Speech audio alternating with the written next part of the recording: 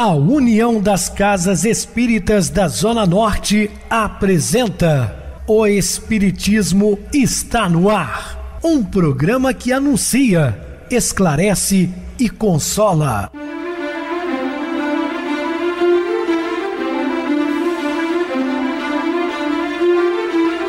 Não se turve vosso coração. Credes em Deus, credes também em mim. Na casa de meu pai há muitas moradas. Se assim não fora, eu vou-los teria dito, pois vou preparar-vos lugar.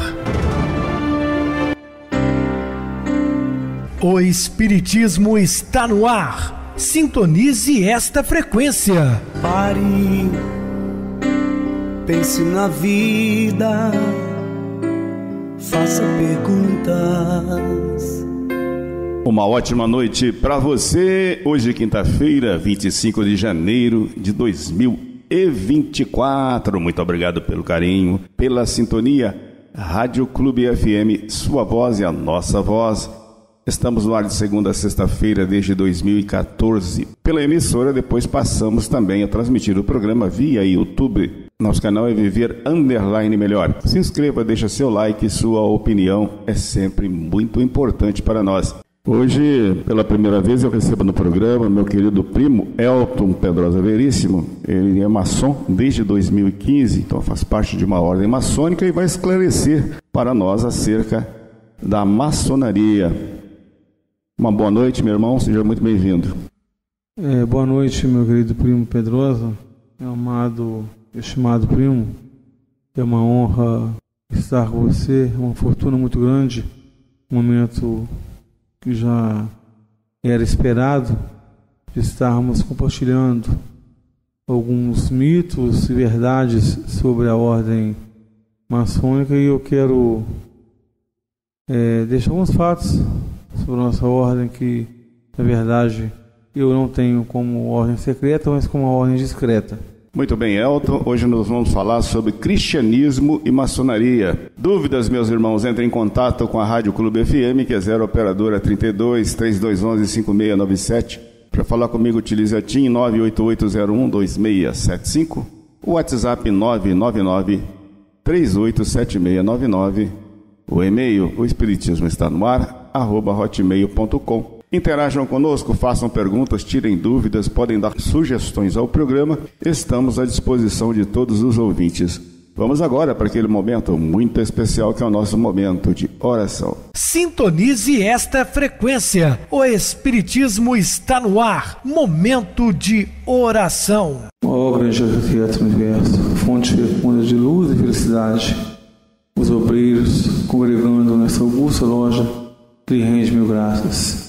Pai amado, Deus querido, nós estamos na sua presença, Senhor, para esclarecer fatos que deveras há muito é oculto, e estamos para fazer o melhor e agradar a sua presença, Pai.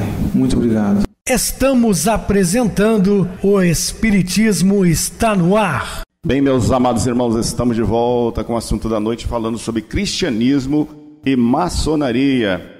Se crê em Deus, por mais que te ameacem os anúncios do pessimismo com relação às prováveis calamidades futuras, conservarás o coração tranquilo na convicção da sabedoria divina, sustenta e sustentará o equilíbrio da vida acima de toda perturbação. Então cai naquela situação da nossa fé, né? Se tiveres fé do tamanho de um grão de mostarda, transportará montanhas. Isso aqui, as calamidades, as coisas, as ocorrências que ocorrem na vida, muitas delas são necessárias. Às vezes na corda bamba, tem dias muito bons, outros nem tanto. Os dias não tão bons assim, o que nós devemos recorrer? A fé em Deus, na espiritualidade, em Jesus, que é o nosso roteiro. Se crê em Deus, em lugar nenhum experimentará solidão ou tristeza, porque te observarás em ligação constante com todo o universo, reconhecendo que os laços de amor e de esperança te define com todas as criaturas. Nós somos os seres amados da criação, meus queridos irmãos. Deus vela por nós o tempo inteiro, né? Nós é que às vezes afastamos do Pai, mas Ele está sempre olhando por cada um de seus filhos. Se crer em Deus nunca te perderás no labirinto da revolta ou da desesperação ante golpes e injúrias que te projetem na estrada. É comum muitas vezes, recebermos injúrias. Às vezes você presta favores a determinadas pessoas que nunca vão te agradecer, pelo menos. Mas faz parte da nossa evolução enquanto aqui estamos. Porquanto interpretarás os ofensores e delinquentes na condição de infelizes, muito mais necessitados de bondade e proteção que de fel e censura. Lembrando a todos que esses agressores são doentes da alma, são criaturas infelizes. Por isso que os grandes vultos da humanidade, como Madre Teresa de Calcutá, Francisco Cândido Xavier, Francisco de Assis e tantos outros, viam nesses agressores um ser ainda muito infantil e muito ignorante. E o próprio Cristo diz que os homens não são maus, são ignorantes.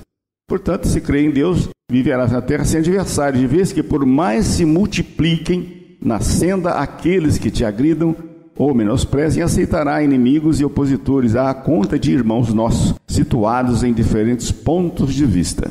Sim, esses grandes que eu citei agora há pouco da humanidade, eles não tinham inimigos, porque certa feita, quando Gandhi foi preso e levado para uma penitenciária na Inglaterra, uma repórter veio fazer a seguinte pergunta: Sr. Gandhi, o senhor tem revolta dos seus algozes? E ele calmamente diz assim: mas eu nunca fui ofendido. Por quê? Porque ele via naquelas criaturas muito mais necessitadas de auxílio, de amparo, do que censura. Entende? Porque é a visão dele de um ser jamais iluminado, tanto na nossa frente. E se te confias em Deus, jamais faltarão confiança e trabalho, porque te erguerás cada dia na certeza de que dispões da bendita oportunidade de comunicação com os outros, desfrutando do privilégio incessante de auxiliar e abençoar, entender e servir. Porque todos aqueles que trabalham a serviço de Deus sempre terão amparo da espiritualidade. Caminharás sem aflição e sem medo nas trilhas do mundo, por maiores surjam perigos e riscos a te obscurecerem a estrada, porquanto ainda mesmo à frente da morte reconhecerás que permaneces com Deus, tanto quanto Deus está sempre contigo, além de provações e sombras, limitações e mudanças em plenitude de vida eterna. Sim, a nossa confiança será tanta que mesmo nos momentos mais difíceis, nós nos erguemos pela fé, pela esperança de dias melhores. Muita gente indaga com inquietação sobre a maneira justa de aplicar o ensinamento de Jesus no que tange ao amor pelos inimigos. Um tema interessante porque, meus irmãos, amar os inimigos não é ter por eles a mesma afinidade que você tem por um amigo, Isso seria hipocrisia. Como você vai abraçar alguém que tentou, inclusive, tirar sua vida física? Não é isso.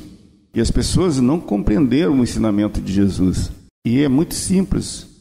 Amar os inimigos é você não revidar, desejar-lhe o melhor, orar por ele e por seu protetor espiritual. Isso sim é amar os inimigos, é tolerar. Aquele companheiro ter nos aferido, impondo-nos prejuízos graves, outros nos terá deixado o espírito em chaga aberta a golpes de ingratidão, de modo a expressar-lhes amor segundo os princípios do Evangelho. É um necessitado, é um sofredor. Urge, porém, observar que Jesus nos pede amor pelos adversários, mas não nos recomenda aceitar ou amar aquilo que eles fazem. Então, Deus tem misericórdia do pecador, mas não dos seus pecados. A gente tem que entender isso, Você não vai levar uma pessoa que te agrediu à sua casa para um banquete e abraçá-lo como se nada tivesse acontecido, até porque temos memória. Como eu falei, não deseje mal a ele, que ele prospere, que ele mude, que ele entenda, para que um dia ele caia em si, recobra tudo aquilo que fez e venha até, se ele se sentir necessidade, de pedir desculpas. Mas não espere também isso. Determinada pessoa agiu contra nós e claramente não lhe aplaudiremos as diretrizes. No entanto, ser-nos-á possível acolhê-la no clima de fraternidade, compreendendo-lhe a posição de criatura que haverá adquirido com isso pesada carga de lutas íntimas a detrimento de si próprio.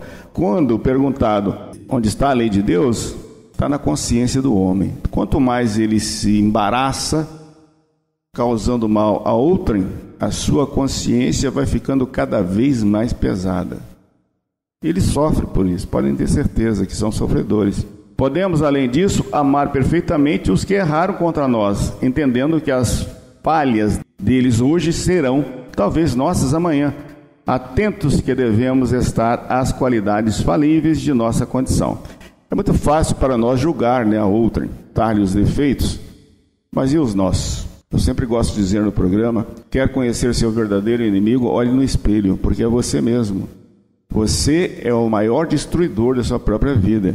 Não é aquele que vem externamente, mas é o que está por dentro.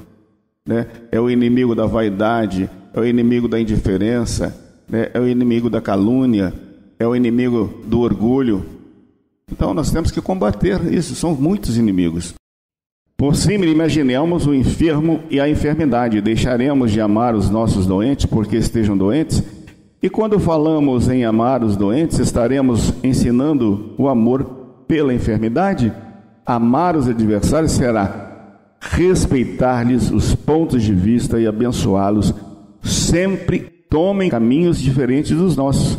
E toda vez que tombem conscientemente nas trevas do Espírito, recordemos o próprio Jesus e entreguemo-los a Deus, rogando para eles paz e misericórdia, porque realmente não sabem o que fazem. Agem muitas vezes por ignorância, por desconhecimento de causa. Meditemos, meus queridos irmãos, sobre todas essas informações deixadas pelo mestre Galileu. Eu vou falar um pouco da minha trajetória maçônica, a qual eu vivenciei até aqui.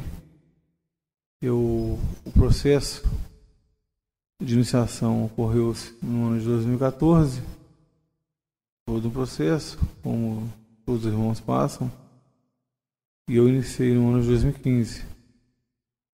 E durante o ano de 2015 e 2016, eu exerci minhas atividades dentro da loja como aprendiz.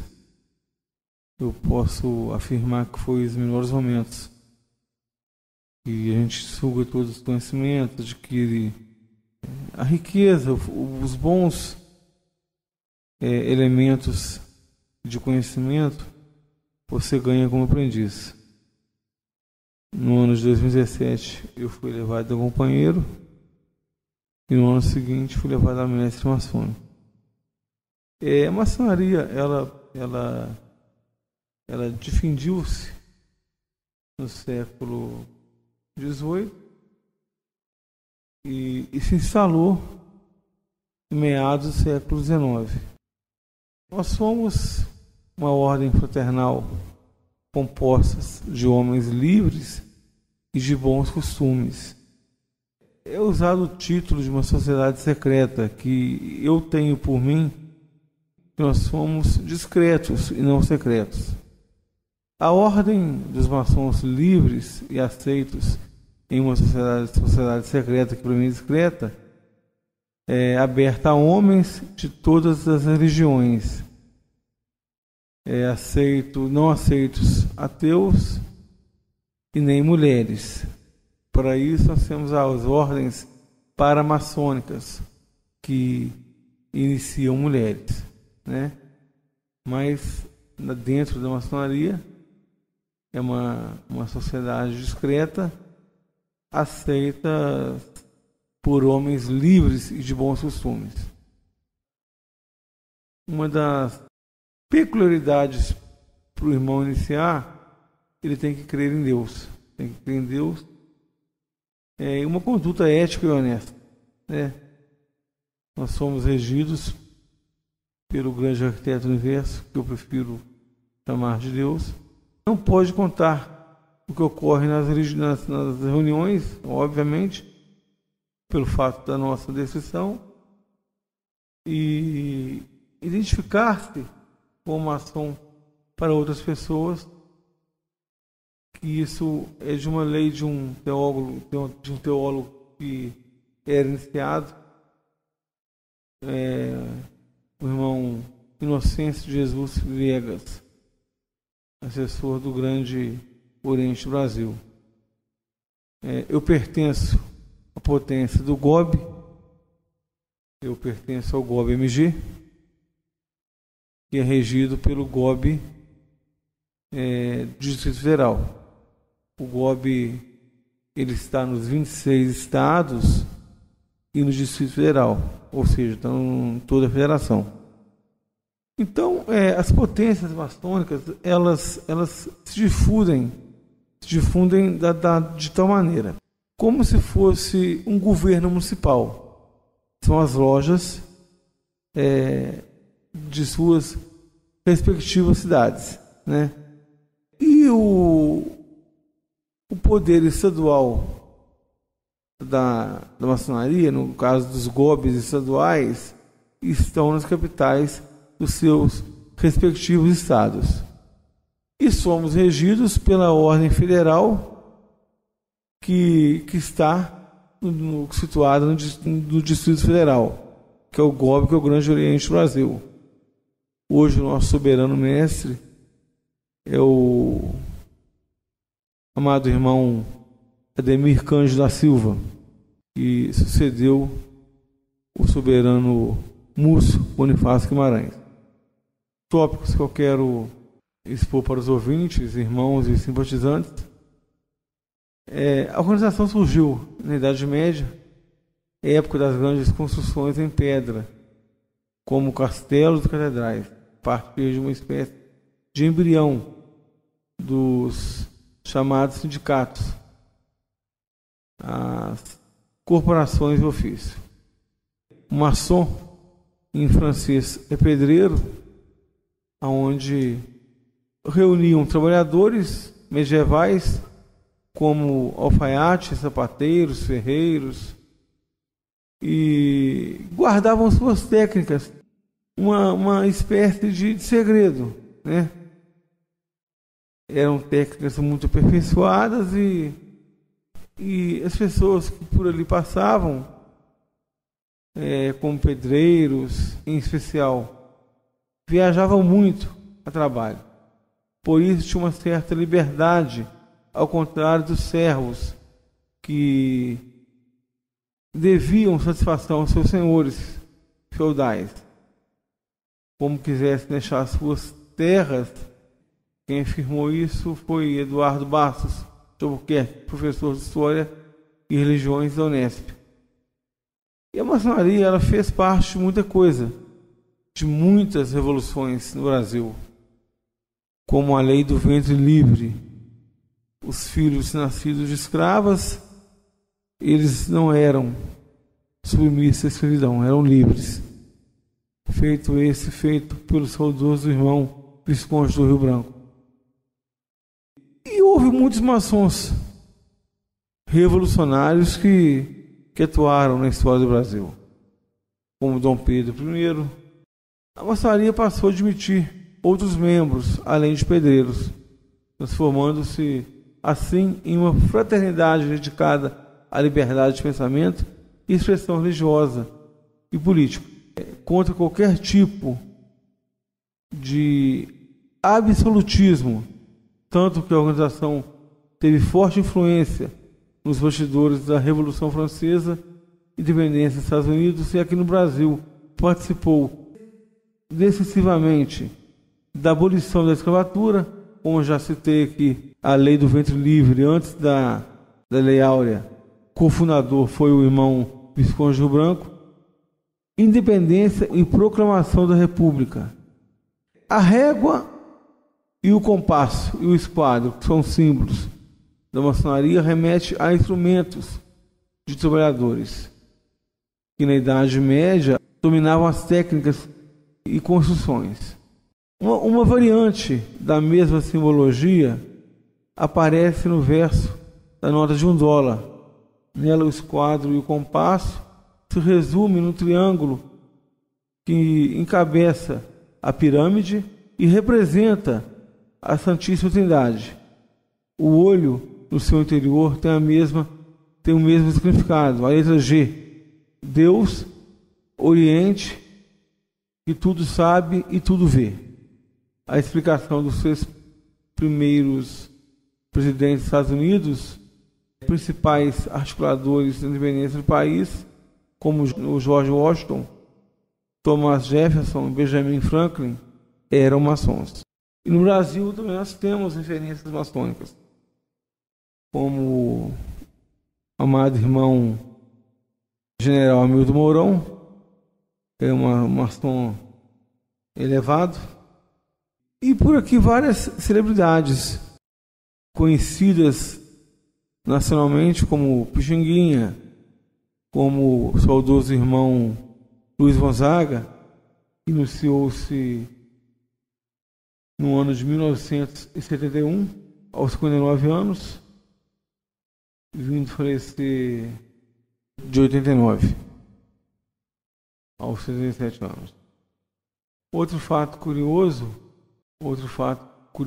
que os políticos brasileiros que estão vinculados à maçonaria, como Dom Pedro I, iniciou-se no dia 2 de agosto de 1922, abrindo o nome metafórico de Guatimozin, segundo o Grande Oriente de São Paulo, o nome de uma homenagem ao último imperador azteca da região de Anaúsh, atual México.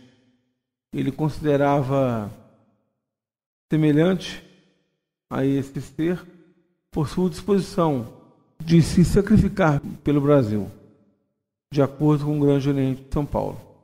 O irmão Dom Pedro I chegou a dirigir uma sessão no dia 5 de outubro de 1822.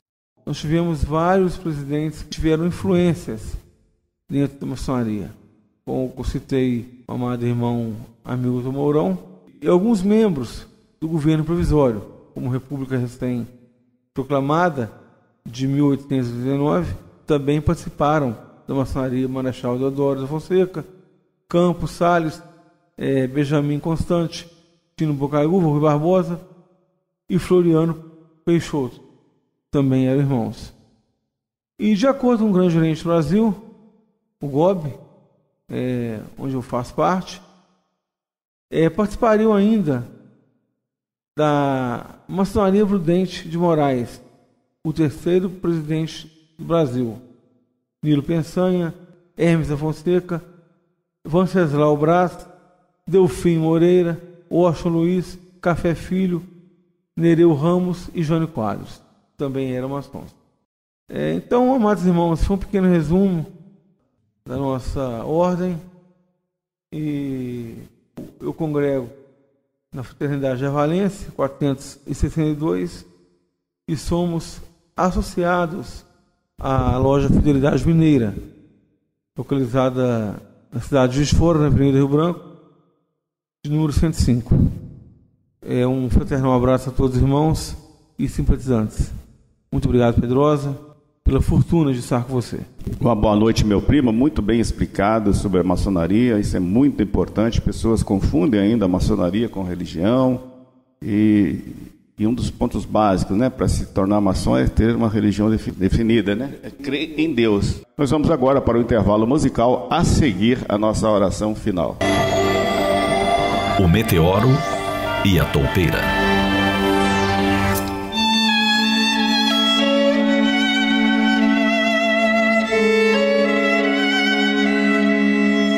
Quando nosso amado morreu, a humanidade morreu, e por um tempo tudo ficou paralisado e cinzento. Então, o Oriente escureceu, e uma tempestade irrompeu, varrendo a terra.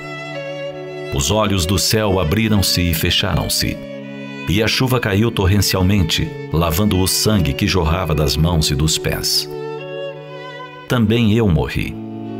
Mas nas profundezas do meu esquecimento ele disse: Pai, perdoai-os, pois eles não sabem o que fazem. E sua voz buscou meu espírito que se afogava e o trouxe à praia. Ao abrir meus olhos, vi seu corpo pálido pendurado a uma nuvem, e suas palavras tomaram forma no meu corpo, e tornei-me um novo homem. não mais me entristeci. Quem se entristeceria por um mar que desvela seu rosto, ou uma montanha que ri ao sol? Que homem diria tais palavras ao ver seu coração atingido? Que outro juiz dos homens libertou seus juízes? E alguma vez o amor desafiou o ódio com força mais segura de si própria? Alguma vez foi tal clarim ouvido entre o céu e a terra? E houve alguma outra vez em que o assassinado tenha se compadecido do seu próprio assassino? Ou que o meteoro teria se retardado para poupar a toupeira? As estações se cansarão e os anos envelhecerão, antes que essas palavras se exauram.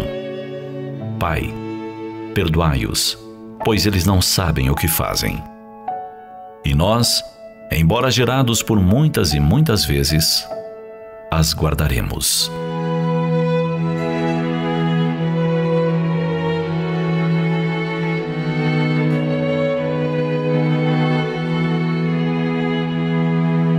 Jesus não só ensinou pelo discurso, ele foi além, exemplificando, um a um, todos eles. Já havia falado sobre o perdão, sobre as 70 vezes 7 vezes, e nos instantes derradeiros de sua vida na terra, mostrou com beleza suprema a prática do perdoar. Qualquer outro condenado injustamente estaria se debatendo, acusando seus assassinos, jogando-lhes pragas, prometendo vingança. Ele não. Ele nunca faria isso. Ele compreendia o coração adoecido do homem da terra. E assim, percebia que naquele momento, quem precisava de ajuda, de amparo, não era ele, mas sim eles, seus opositores. Não os tinha como inimigos, pois não guardava ódio algum. Eram opositores momentâneos, opositores da verdade, toupeiras aterradas no solo da ignorância. Ele, como meteoro gigantesco, amoroso em grau extremo, identifica a toupeira se debatendo no chão e retarda sua investida para não prejudicá-la. Seu pedido de perdão por elas representa tal sentimento sublime.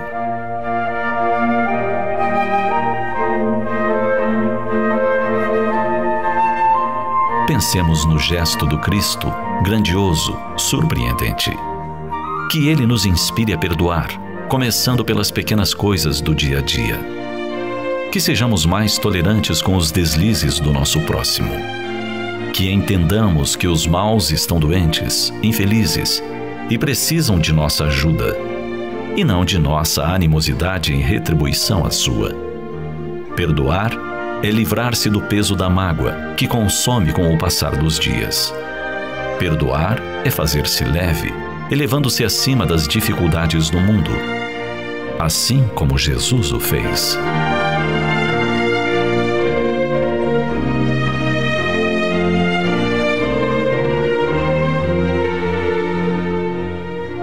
Sintonize esta frequência. O Espiritismo está no ar. Momento de oração. Senhor Jesus, Mestre Divino, estamos agradecidos por mais um dia vencido e que tenhamos uma noite de sono reconfortadora um pouco mais tarde, para que possamos carregar as nossas energias e iniciar o dia com muita paz no coração, desejosos sempre de propagar o seu evangelho de amor e de luz. Em seu nome, Senhor, dos nossos protetores espirituais, pedimos o amparo para todos os nossos irmãos ouvintes sintonizados com a nossa emissora ou também pelo YouTube. Que Deus conforte esses familiares e amigos. Que assim seja. Meu querido irmão Elton, suas despedidas. Pedrosa, como eu disse, é um prazer imensurável estar na sua presença, uma pessoa estupenda, qual eu admiro muito, e a nossa afinidade é deveras fraternal, não é de primo. Me despeço dos ouvintes e me despeço de você, meu querido primo irmão. Boa noite para você, Elton. Muito obrigado pela sua contribuição no nosso programa, que foi de grande valia, de grande esclarecimento. Que Deus te abençoe. Boa noite também a todos os amados irmãos ouvintes do YouTube, internautas do Brasil, do exterior, nossos irmãos que ouvem o nosso programa sintonizado com a rádio Clube FM 87,9. Continue ligados ouvindo a nossa próxima atração, o programa Batidão com o DJ Tico, a seguir na voz de Ailton Moreno, Encontro Central. Boa noite a todos e até amanhã, se Deus quiser.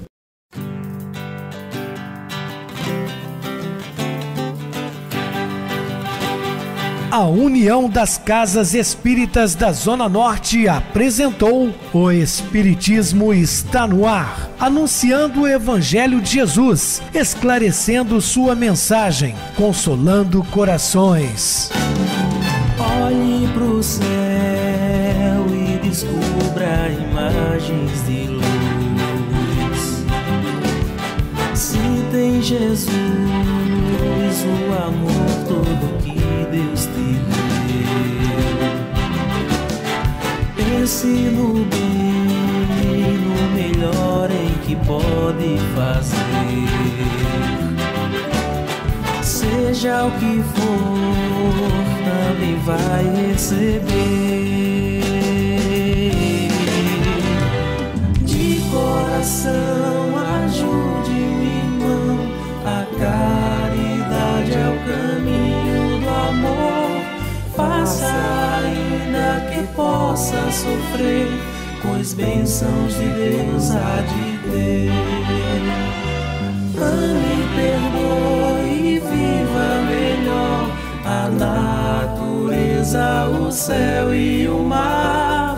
Veja o encanto que a vida nos dá, a chance eterna que temos para amar, para amar. Olhe pro céu e descubra imagens e luz. Sim, tem Jesus, o amor todo que Deus te deu.